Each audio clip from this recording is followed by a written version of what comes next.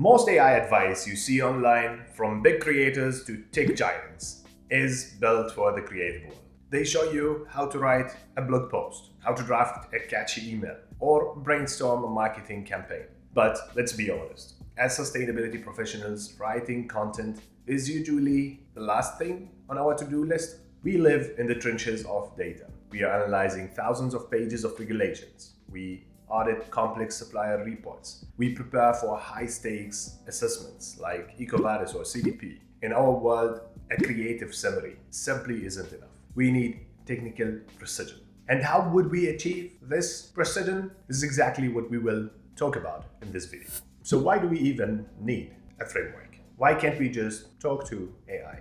Well, think of AI as a super brain that has read every single book ever written, from scientific journals on biodiversity to epic fantasy novels like Game of Thrones. So when you give it a lazy, generic prompt like analyze this text, you are essentially letting this brain pull up data from everywhere and give you an output that most probably you won't rely on. It's basically allowing your AI to be a generalist when you actually need a specialist. A prompting framework isn't just a set of instructions. It's a filter. It's a tool that you use to trim down the massive library of information. It's how you minimize hallucinations and ensure that the output isn't just well written because we aren't in the creative world. Rather, you need it technically accurate and fit to your regulatory context or to your data set. And guess what? We all agree that AI writes pretty well. But when it comes to accuracy, well, I guess we can all agree that it can lie professionally. But we need to ensure that this isn't the case when we have a high-stake task in hand. And this is exactly where the prompting skill matters. If you want to get more accurate output from AI, well, better learn how to prompt. Now, I have done the deep dive, so you don't need to. I have completed the Google Prompting Essentials Specialization, and I have spent some time implementing and experimenting on different technical guidances from OpenAI to Claude to Perplexity along the past 3 years. I managed to translate the generic advice into sustainability-tailored prompting framework that I call CLEAR. What I am sharing with you today is a method that will take your AI output from good enough to something that you can actually trust and put your name on. If you are anything like me, you will hesitate and think thousands of times before you put your name on anything coming out of AI. But once you apply this, you will really feel the shift in quality. When you see the shift in quality, you are going to feel obligated to use this prompting framework every time you use AI. In the CLEAR framework, C stands for context. Now, I know what you're thinking. Context is in every prompting guide ever written, and you're right. But in practice, most professionals either leave it out entirely or provide something that the AI has to guess the rest. Either way, not perfect. This is exactly why we need framework to ensure we aren't leaving anything out and that we are tailoring the context to our type of jobs. You cannot take a marketing prompting framework or the understanding of context from a marketing perspective and apply it to sustainability. The question is, do people really leave it out? Well, honestly speaking, yes. And I call this the 80% trap. Think about it. You upload a 50-page PDF into AI, ChatGPT, Gemini, whatever you prefer. Ask it a quick question and in seconds, you get a decent answer. It covers, I would say, 80% of what you need. Before AI, that exact same task would take you hours. Now, because you get 80% of the way within second, it's tempting to settle. So we basically got lazy because the speed feels like a win. But in sustainability, that missing 20% is where the danger lives. It's the difference between compliance and a massive fee.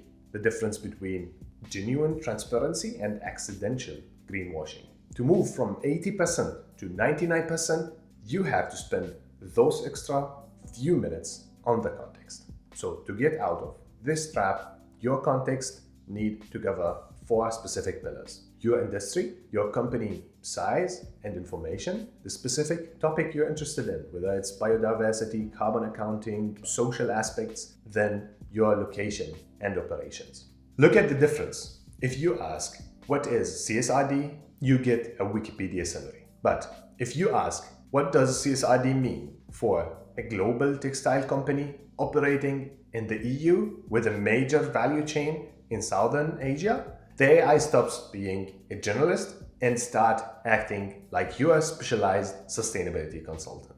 The secret to great prompting isn't about being a techie. It's about being a better sustainability professional. If you hire a junior consultant and did not tell them the industry or where do you operate, which is crazy by itself, you would expect a generic report, a general advice. Why do you expect anything different from AI? Well, what I would say, spend 5 minutes on the context now and save yourself 5 hours of fixing mistakes later. That's how you move from fast but risky to fast and precise.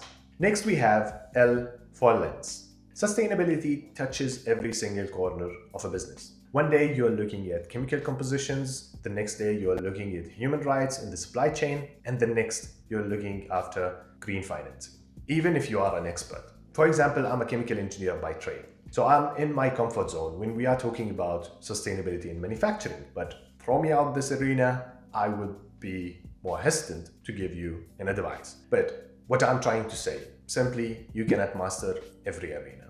This is where the lens becomes your secret weapon. Instead of asking AI to give you a general perspective, you're asking it to put an expert glasses before it gives you an advice. Well, what does that mean? Let me tell you with a personal example. I have worked on CDP questionnaire many times. I'm really familiar with it. I guess many of you are. But I'm not necessarily the expert to explain to every stakeholder why they should prioritize the data I'm asking for. I wanted to explain how important CDP is from a financial perspective, why it's actually very important to the bottom line of the business. My prompt looked something like this. You are a financial advisor with a focus on sustainable financing.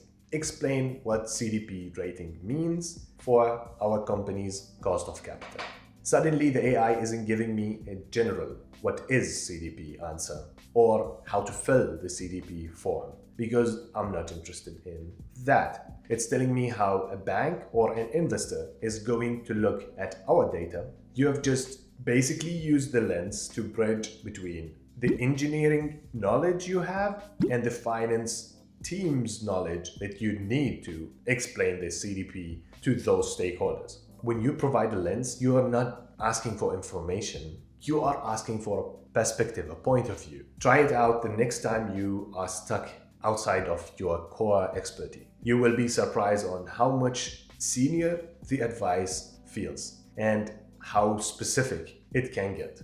Then we jump to E for expectation. This is where most people get a wall of text that they need to spend extra 20 minutes cleaning up. Why? Because they didn't define what the finish line looked like.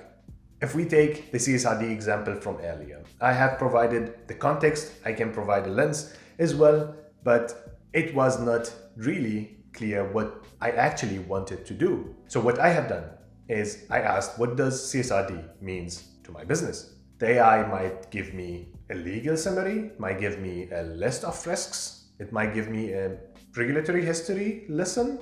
It is not clear. None of those help me actually do my work, because what I expect is a clear to-do list, let's say. So a clear expectation changes the game. You need to tell it the format you'd like to receive the outcome in.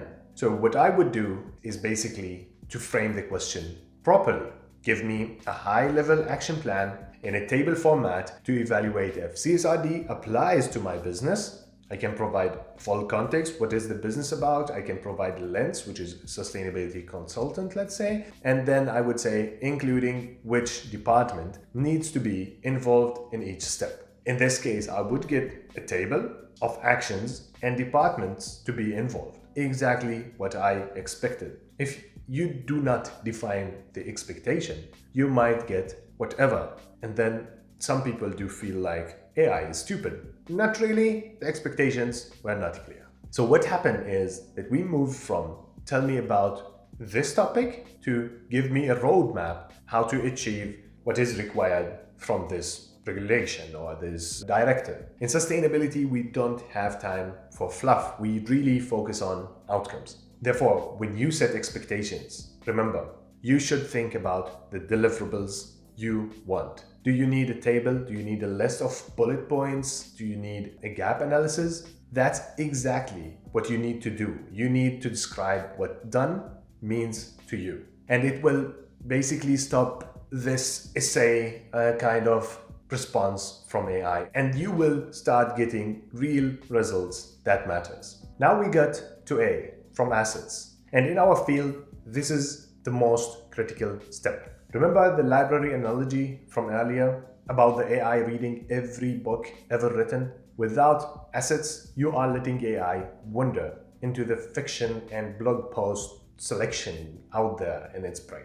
In sustainability, we don't deal with opinions. We deal in regulation, scientific evidence, international agreements. If you don't provide the assets, the specific document or link or data source, you are basically asking AI to guess based on what it found in the internet. And you cannot imagine how much information is available out there. There are blogs, newsletters, consultant summaries, etc.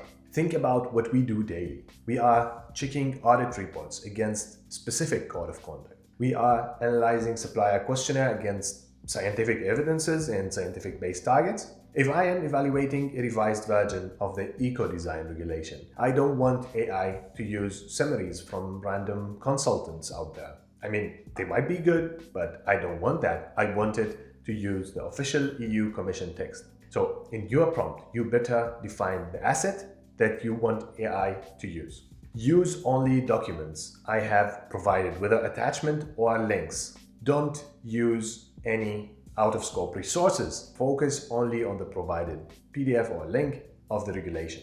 This is exactly why I keep talking about NotebookLM, because it is super powerful tool. If you haven't seen the videos I've done lately about NotebookLM, I will leave it in the description below. I think I can make it show up here somewhere. I'm not sure how. Tools like NotebookLM allows you to ground the AI brain entirely to your own assets. Look it up, and that's what I really like about it. You are essentially building a private library where every answer is 100% verified by a document. You can simply see the citation. However, this would eliminate hallucinations. NotebookLM is a strong tool, but you can check the other videos. However, in your prompt, make sure you'll add assets that are reliable and that you can rely on to avoid hallucinations. Otherwise, it would be difficult. Finally, we have R for review. This is your final quality gate. It's the step where you ask AI to perform self-audit. Well, something that we are in sustainability very familiar with, the 4 I's principle or the third-party verification. Well, think of the review part as the verification step. You are asking AI to verify its own output against specifications you add. How do you write this? Well, simply you add a line at the end of your prompt, something like this. Before providing any output, review your responses, ensure that every answer can be linked to the attached assets. If information is missing, do not guess. Simply mark it as not provided. This is very important to make sure that there is no filling the gap and kind of unreliable information, clear lie from the AI. By adding the review step, you've forced AI to slow down and verify its logic.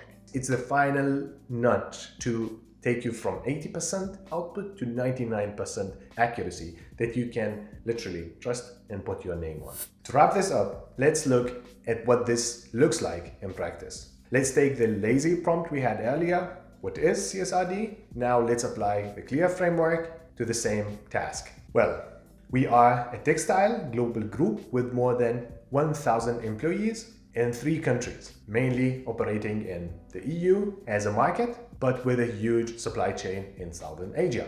You are my sustainability consultant with deep experience in CSRD and ESRS reporting. I want you to give me a high-level action plan in a table format to evaluate if CSRD applies to my company, including which department needs to be involved in each step. Remember, only use official EU Commission and EFRAG documents and websites. Do not use any blog posts or consulting explanation of the directive. This way we ensure we avoid any outside asset. Before you provide the final list, make sure each action can be tracked to an official document and provide me with a column showing confidence level of your output. Yes, writing this might take 30 minutes, even an hour. But think about what you just did. You've eliminated the risk of hallucination, you have forced AI to act as specialist, and you have given it a verification step and specific assets to follow. This makes your outcome audit ready and easy to double check afterward. This prompt doesn't just give information, it gives you a professional deliverable. It saves you hours of back and forth and prevents you from ever explaining a useless AI outcome to your manager. Make sure you use prompting framework, but still double check your outcome. This way, it is easier and more accurate. Look, I know the temptation to open a chat window and start typing, but don't assume that because you use AI daily, you automatically would get better in prompting. Prompting is a skill. Just like auditing and reporting, you have to actively practice to stay ahead. The clear framework isn't about making your work more complicated. It's about making AI more reliable. It's about ensuring that as we move faster, we don't lose the technical integrity that our careers are built on. If you want to move past the AI hype and distractions and focus on real-world use cases for sustainability professionals just like you, make sure to subscribe, like this video, it really helps, and leave in the comment below what do you think. I'm constantly testing different tools and trying to find what actually works in our field.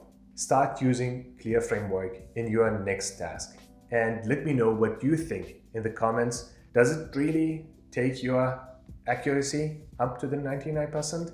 And see you in the next video.